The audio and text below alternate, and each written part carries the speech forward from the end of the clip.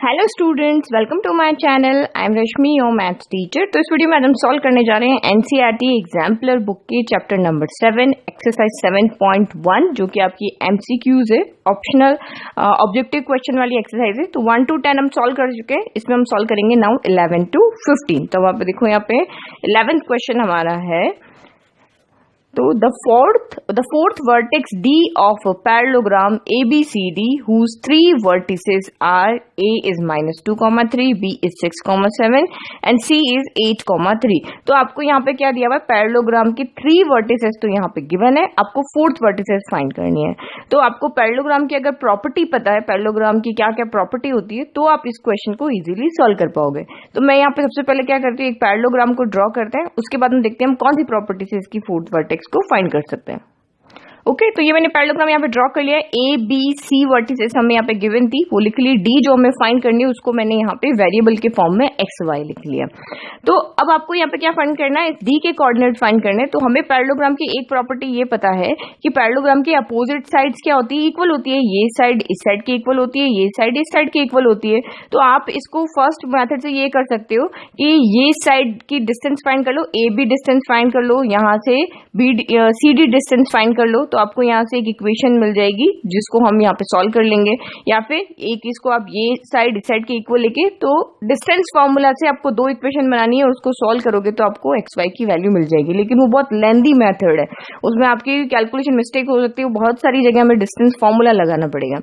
तो सबसे simple method यहाँ पे जो है, जिससे आपको हमेशा इसी मेथड है, जब भी आपको 3 कोऑर्डिनेट गिवन हो, 3 वर्टिसेस गिवन और एक फाइंड करना है, तो हमेशा इसी मेथड को यूज करके और फाइंड करना है। वो है कि हमें पता है कि पैरेललोग्राम के जो डायगोनल होते हैं वो एक दूसरे को बाइसेक्ट करते हैं। कि we know that diagonals of a parallelogram bisect each other. Bisect each other का मतलब क्या हो गया, बाइसेक्ट करना मतलब जैसे मैंने यहाँ ए को सी से ज्वाइन किया और बी को डी से ज्वाइन किया, तो ये दोनों एक दूसरे को बाइसेक्ट कर रहे हैं, यानी कि AO इक्वल टू OC होगा और OD इक्वल टू OB होगा। जहां भी जिस भी पॉइंट पे वो इंटरसेक्ट कर रहे होंगे, वहां से ये लाइन अगर 4 सेंटीमीटर की तो वो 2 में डिवाइड हो जाएगी। ये लाइन अगर यहाँ पे 3 सेंटीमीटर की है, ये भी 4 सेंटीमीटर की, तो 2 में इस तरह से डिवाइड हो जाएगी। तो यानी कि जो डायगोनल है वो एक दूसरे को बाइसेक्ट करते हैं। ओके, तो इसका मतलब क्या हो गया, जो AC का मिड पॉइंट होगा वही BD का मिड पॉइंट होगा।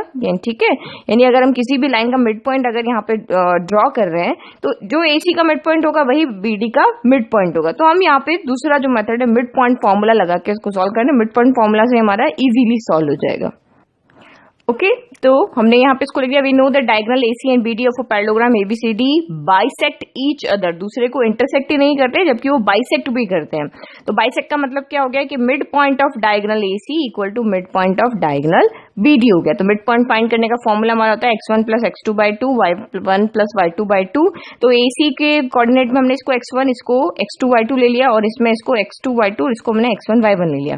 तो आप यहाँ पे देखो AC के लिए कर रहे हैं, तो -2 x1 + x2 यानी -2 + 8/2, और y के कोऑर्डिनेट y1 है 3, y2 भी है 3, तो आपका ये 3 + 3/2 हो गया। फिर इक्वल टू यहाँ पे x1 है x + 6/2, और यहाँ दूसरा हो गया आपका y + 7/2 हो गया।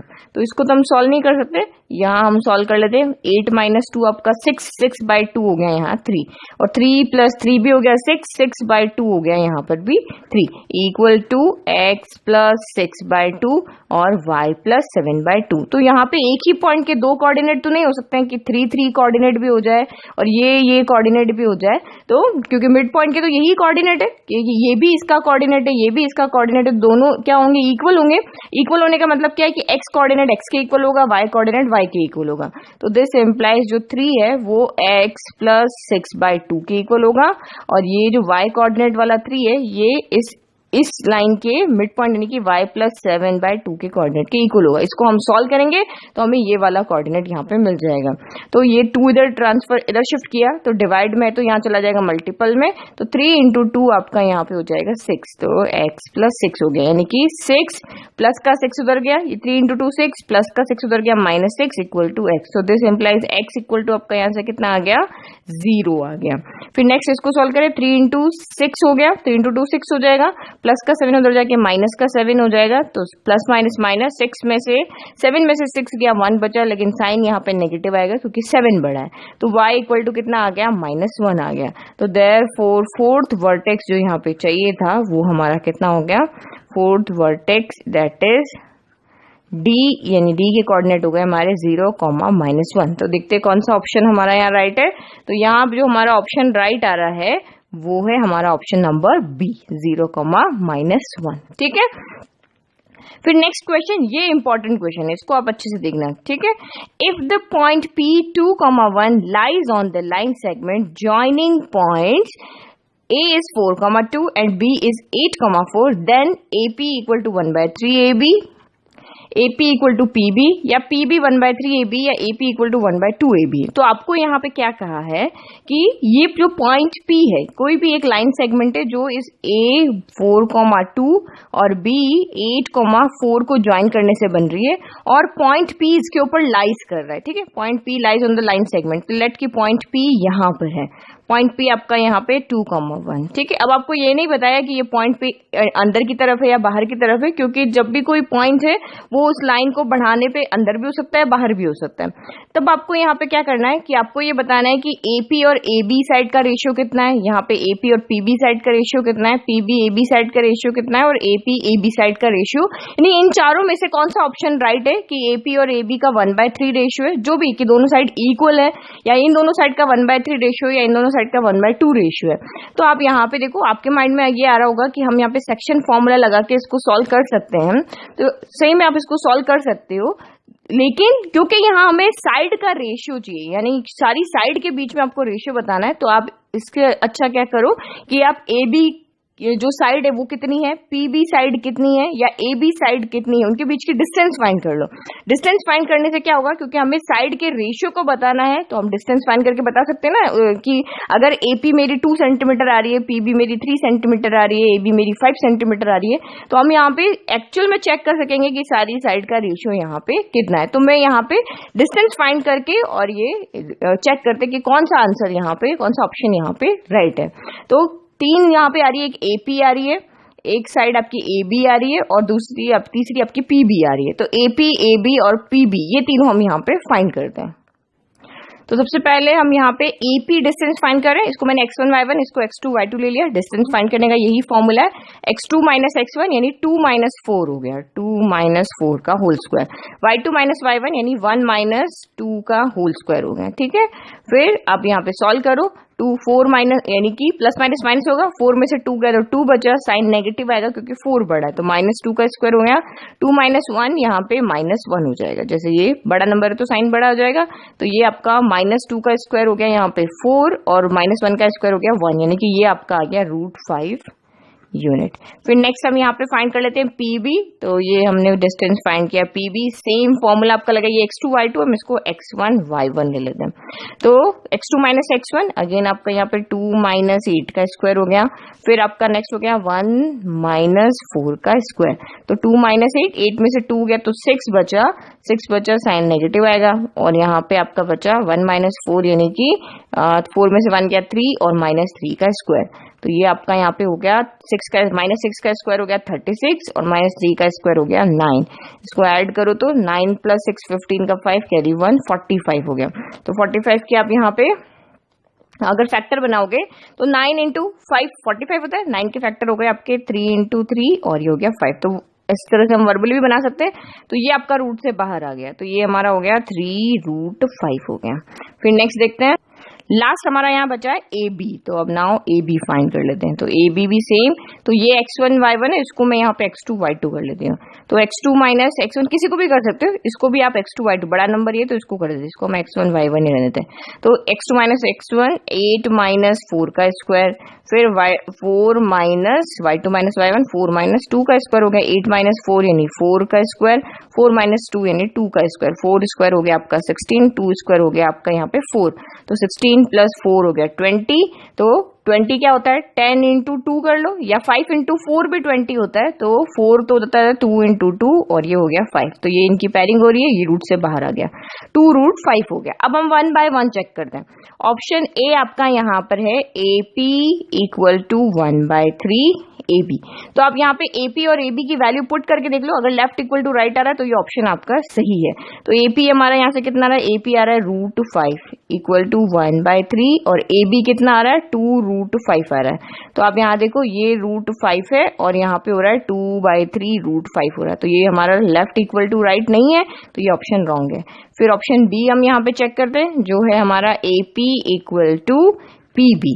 तो आप यहाँ देखो ए पी आपका कितना आ रहा है √5 आ रहा है और पी बी कितना आ रहा है 3√5 आ रहा है, दोनों इक्वल नहीं है, तो ये ऑप्शन भी हमारा रॉन्ग। फिर सी ऑप्शन हम यहाँ पे देखते हैं, सी है हमारा P B equal to 1/3 A B हो गया। तो पी बी की वैल्यू पुट करो, पी बी आ रहा है 3√5 इक्वल टू 1/3 और ए बी आ रहा है आपका 2√5। तो आप देखो इक्वल वैसे ही नहीं आ रहा है, यहाँ 2/3 आ रहा है, ये आ रहा है 3√5, यहाँ पे आ रहा है 2/3√5, तो नॉट इक्वल, तो ये ऑप्शन भी हमारा सही नहीं है। नाउ नेक्स्ट डी ऑप्शन देखते हैं, डी है हमारा A P equal to 1/2 A B. अब आप वैल्यू पुट करके देखो, ए पी यहाँ पे कितना आ रहा है √5 आ रहा है इक्वल टू 1/2 और ए बी हमारा यहाँ पे आ रहा है 2√5 आ रहा है, ये रहा ना ए बी की वैल्यू 2√5, 2 से 2 कैंसिल हो गया, तो दिस इम्प्लाई √5 इक्वल टू आपका √5 आ रहा है। तो ऑप्शन डी आपका यहाँ पे राइट है, क्योंकि यहाँ पे लेफ्ट इक्वल टू राइट हो रहा है। तो इस तरह से डिस्टेंस फॉर्मूला से फटाफट सॉल्व हो जाएगा,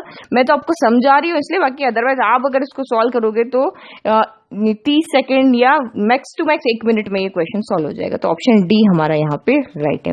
नाउ नेक्स्ट क्वेश्चन यहाँ पे देखो, if p a/3, 4 is the midpoint of the line segment joining the points q -6, 5 and r -2, 3, then the value of a is। तो ये तो बहुत सिंपल क्वेश्चन है, आपको ये लाइन दी हुई है, इसमें ये q पॉइंट यहाँ है, r पॉइंट यहाँ है और p जो है वो इसका मिड पॉइंट है। मिड पॉइंट है तो आप फॉर्मूला लगा लोगे, यानी कि इन दोनों ये जो q और r कोऑर्डिनेट का में मिड पॉइंट फॉर्मूला लगाओगे, वही मिड पॉइंट के जो कोऑर्डिनेट होंगे वही ये वाले होंगे, इक्वेट करोगे तो आपका यहाँ पे a की वैल्यू आ जाएगी। तो ये तो बिल्कुल सिंपल क्वेश्चन, हम इसको सॉल्व करते हैं। ओके, तो ये मैं इस तरह से फिगर बना लिया, आपको ये मिड पॉइंट गिवन था, तो मिड पॉइंट का हमने यहाँ फॉर्मूला लगा लिया, x1 + x2/2, यानी ये जो कोऑर्डिनेट है वो और इन दोनों कोऑर्डिनेट का जो मिड पॉइंट है वो इक्वल होगा। तो x1 + x2/2, y1 + y2/2, इनको हमने x1 y1, इसको x2 y2 ले लिया। नम अब यहाँ पे वैल्यू पुट करो, x1 कितना है -6 प्लस x2 कितना है -2/2, y1 + y आपका है 5 + 3/2 हो गया। तो ये हो गया प्लस माइनस माइनस हो जाएगा, तो यानी कि ये हो जाएगा -6 - 2/2, यहाँ तो 8/2 हो गया। तो ये माइनस माइनस प्लस होता है, 6 + 2 हो गया यहाँ पे 8, यानी कि -8, दोनों नेगेटिव इसलिए नेगेटिव साइन आएगा, -8/2 8/2 हो गया, -8/2 यानी -4 और 8/2 हो गया आपका 4। तो यानी कि ये कोऑर्डिनेट जो है P के a/3, 4 इसके इक्वल होगा। तो अब देखो y के तो इक्वल आ रहा है, ये 4 है तो यहाँ भी 4 है, इसका मतलब x भी यहाँ पे x के इक्वल होगा, वेरिएबल की फॉर्म में है बट ये इक्वल होंगे, x का कोऑर्डिनेट x के इक्वल होगा, y का कोऑर्डिनेट y के इक्वल होगा। तो दिस इम्प्लाइज a/3 इक्वल होगा आपका -4 के। तो दिस इम्प्लाइज a कितना हो जाएगा, 3 डिवाइड में मल्टीप्लाई में चला जाएगा, -4 × 3 यानी कि -12 आ गया, 4 × 3 12 हो गया, sine negative plus minus minus हो गया। तो अब देखो यहाँ कौन सा ऑप्शन हमारा राइट है, -12 आ रहा है, तो ये हमारा बी ऑप्शन यहाँ पे राइट है। फिर next 14 is the perpendicular bisector of the line segment joining the points A is 1,5 and B is 4,6 cuts the y-axis at। तो आप यहाँ पे क्या कर सकते हो, इसको ग्राफ में ड्रॉ करके भी इसको मैं आंसर फाइंड कर सकते हो, बट हम कैलकुलेशन से भी इसका फाइंड कर सकते हैं।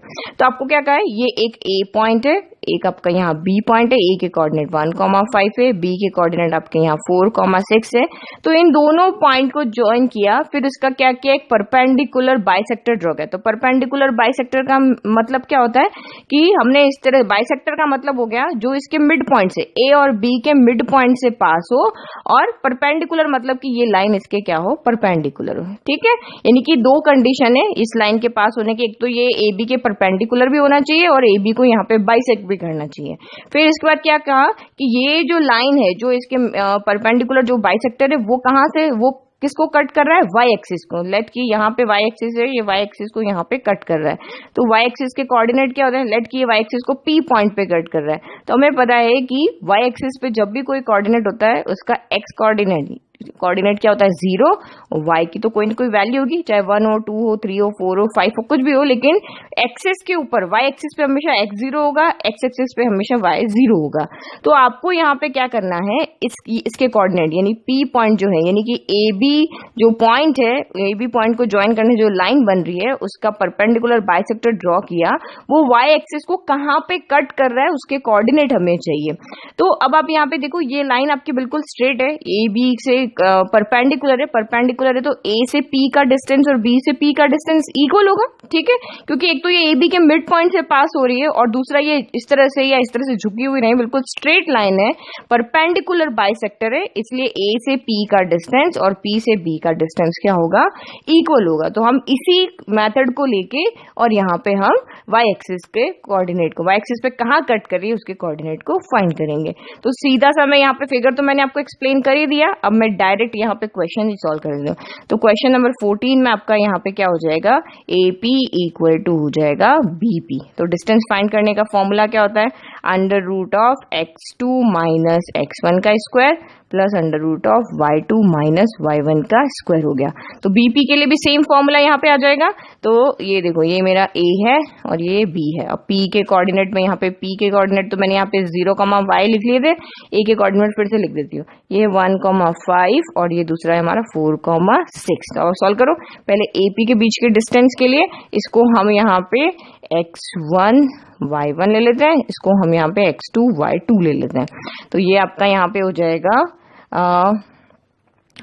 x2 माइनस x1, 0 माइनस 1 का स्क्वायर, और यहाँ पे ये हो गया y माइनस 5 का स्क्वायर। तो ये हो गया y माइनस 5 का स्क्वायर। अब सेम यहाँ पर भी, तो ये x2 y2 है, इसको हम x1 y1 ले लेते हैं। तो 0 माइनस 4 का स्क्वायर हो गया प्लस y माइनस 6 का स्क्वायर हो गया। तो अब दोनों साइड आपके रूट है, तो हम यहाँ पे क्या करते हैं, दोनों इस साइड में स्क्वायर कर लेते हैं, क्योंकि हमेशा अगर इक्वल के लेफ्ट में क्या है तो राइट में भी करना है। तो स्क्वायरिंग बोथ साइड में स्क्वायर करने से दोनों साइड के रूट हट जाएंगे, सिर्फ क्या बचेंगे, अंदर वाले, यानी 0 माइनस 1 के, यानी यहाँ पे मैंने स्क्वायर किया, स्क्वायर से रूट कैंसिल, यहाँ पे स्क्वायर किया, स्क्वायर से रूट कैंसिल। तो प्लस y माइनस 5 का स्क्वायर प्लस 0 माइनस 4 का स्क्वायर, और ये बच गया। अब सिर्फ इसी को सॉल्व करना, रूट हमारा यहाँ से हट गया है। तो नाउ 0 माइनस 1 का स्क्वायर, तो 0 में से किसी को भी सब्ट्रैक्ट करो वही नंबर आता है, 1 यहाँ पे सेम ही हो गया। अब ये a माइनस b का स्क्वायर का फॉर्मूला होता है a स्क्वायर यानी y स्क्वायर, b स्क्वायर यानी 5 का स्क्वायर हो गया 25, माइनस 2ab यानी 5 इंटू 2 इंटू y यानी कि 10y हो गया। यहाँ बीच में इक्वल का साइन है। फिर यहाँ पे इक्वल माइनस 0 माइनस 4 माइनस 4 का स्क्वायर प्लस y माइनस 6, तो same a square, b square हो गया 6 का square 36, minus 2ab 6 into 2 12y हो गया। तो इसको हम यहाँ पे सॉल्व कर लेते हैं। अभी देखो, इक्वल के दोनों साइड y स्क्वायर और दोनों का साइन प्लस है, तो ये तो आपका हो गया कैंसिल। अब हम वेरिएबल को एक तरफ ले लेते हैं, नंबर को एक तरफ। तो यहाँ पे माइनस 12y को हम इधर लेके जाएंगे, तो ये हो गया प्लस का 12y और minus 10y as it is. फिर आप यहाँ पे देखो, माइनस 4 का स्क्वायर आपका होता है 4 का स्क्वायर हो गया 16, माइनस का स्क्वायर होता है प्लस, तो यहाँ पे प्लस 16 हो गया। फिर ये प्लस का 36 हो गया, प्लस का 25 इधर आया, माइनस का 25 हो गया, माइनस 1 का स्क्वायर 1 हो जाएगा, पॉजिटिव 1, तो ये प्लस का 1 इधर आके माइनस का 1 हो गया। ना उसको सॉल्व करो, 12y में से 10y गया, तो ये तो हो गया 2y। अब आप यहाँ पे देखो, ये प्लस प्लस वाले नंबर ऐड कर लेते हैं, माइनस माइनस वाले ऐड कर लेते हैं। तो 6 प्लस 6 12 का 2 कैरी 1 3 4 5 हो गया, और माइनस माइनस प्लस साइन आएगा नेगेटिव, क्योंकि दोनों नेगेटिव है, तो 25 प्लस 1 हो गया 26। तो ये आपका यहाँ पे हो गया 2y इक्वल टू, माइनस करना है, 6 माइनस 6 0, 5 माइनस 2 3 हो गया, यानी कि y equal to 2y equal to आपका यहाँ से कितना आ रहा है, एक सेकेंड, अच्छा यहाँ पे मैंने 2 बोला था ना, ये गड़बड़ हो रही है, 6 प्लस 6 12 का 2 आएगा, तो 52 माइनस 26 आपका यहाँ पे 26 होगा, 30 नहीं होगा। ओके, तो y इक्वल टू कितना हो जाएगा 26/2, यानी कि y इक्वल टू आपका यहाँ से आ गया 13। तो इसका मतलब रिक्वायर्ड जो पॉइंट है वो आपका क्या था, y के कोऑर्डिनेट, यहाँ पे p पॉइंट हमने क्या लिया था 0, y लिया था, तो अब p के कोऑर्डिनेट हो गया 0 और y हमने यहाँ फाइंड कर लिया 0, 13 हो गया। इसी y की वैल्यू तो फाइंड की है, तो ये यहाँ पे p पॉइंट ही तो था 0, y, x कोऑर्डिनेट तो 0 ही है, y हमने फाइंड कर लिया, y की वैल्यू है 13। तो आप देखो यहाँ से कौन सा आंसर आपका राइट है, तो ये आंसर राइट है आपका यहाँ पे ऑप्शन नंबर ए, 0, 13 हो गया। ओके, फिर लास्ट क्वेश्चन अब यहाँ पे देखो, इसके लिए जो हम सॉल्व करें उसके बाद हमारे 5 क्वेश्चन और बचे हैं। तो 15 is the coordinate of the point which is equi distance from the 3 vertices of the triangle AOB are shown in the figure. तो आपको यहाँ पे बताना है कि ये एक ट्राइंगल शेप बना हुआ है, the coordinate of the point which is equi distance of from the 3 vertices of the triangle AOB। तो आपको कोई ऐसा कोऑर्डिनेट फाइंड करना है जो इन ट्राइंगल के तीनों ही, ये जो पॉइंट आपके गिवन है, A is 0,2i, B is 2x, 0, और ये ओरिजिन है, ओरिजिन के कोऑर्डिनेट हमें पता है 0, 0 होते हैं। तो एक ऐसा कोऑर्डिनेट फाइंड करके बताना है जो इन तीनों पॉइंट से इक्वल डिस्टेंस पे हो। तो इसके लिए आपको एक चीज यहाँ पे याद रखनी है। वो क्या याद रखनी है कि we know that the mid point of the hypotenuse. अब ये देखो यहाँ पे 90 डिग्री का एंगल बन रहा है, दोनों एक्सिस जहाँ इंटरसेक्ट करती है वो परपेंडिकुलर होती है एक दूसरे पे। तो ये आपका 90 डिग्री का एंगल बन रहा है, इसका मतलब ट्राइंगल AOB आपका क्या हो गया, एक राइट एंगल ट्राइंगल हो गया। तो हमें एक चीज पता है कि हाइपोटेनियस का जो मिड पॉइंट होता है, यानी कि ये जो आपकी 90 की जो सामने वाली आपकी हाइपोटेनियस होती है, इसमें से आप कोई भी बेस या कोई भी परपेंडिकुलर ले लो। तो हाइपोटेनियस का जो मिड पॉइंट होता है वो तीनों से इक्वल डिस्टेंस पे होता है, यानी कि लेट कि मैं ये पॉइंट यहाँ पे ले लेती हूँ P, और इसके कोऑर्डिनेट ले लिए मैंने x, y। तो ये जो P पॉइंट है ये A से, B से और ओरिजिन से, तीनों से इक्वल डिस्टेंस पे होगा। तो P फाइंड करने का तो बहुत सिंपल फॉर्मूला है, यहाँ पे AB का मिड पॉइंट चाहिए, क्योंकि मैंने अभी यही तो कहा हाइपोटेन्यूज का मिड पॉइंट है वो ट्राइंगल के, राइट एंगल ट्राइंगल के तीनों कोऑर्डिनेट से इक्वल डिस्टेंस पे। तो ये तो बहुत सिंपल हो गया, 0 प्लस ये हो गया हमारा 0 प्लस 2x/2, और ये हो गया हमारा 2y प्लस 0/2। तो ये 0 में किसी में ऐड करो 2x/2 हो गया, यहाँ 0 ऐड किया तो 2y/2 हो गया, 2 से 2 कैंसिल, 2 से 2 कैंसिल, यानी कि इसके कोऑर्डिनेट जो हमने लेट किए वही आ रहे हैं x, y। तो कौन सा ऑप्शन राइट है इसका, हमारा ऑप्शन नंबर ए।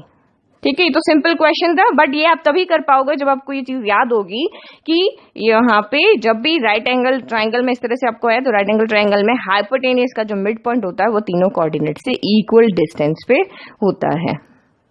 ओके, तो मैंने इसको यहाँ पूरा सॉल्व करके बता दिया कि we know that the mid point of hypotenuse is equi distance from the 3 vertices of triangle. तो इन दोनों कोऑर्डिनेट का मिड पॉइंट, जिसका फॉर्मूला हमारा ये हो गया, और जैसे मैंने आपको सॉल्व करके बताया एज इट इज, तो यानी कि इसके कोऑर्डिनेट हो गए हमारे x, y। तो आई होप आपको ये पांचों क्वेश्चन अच्छे से समझ में आए।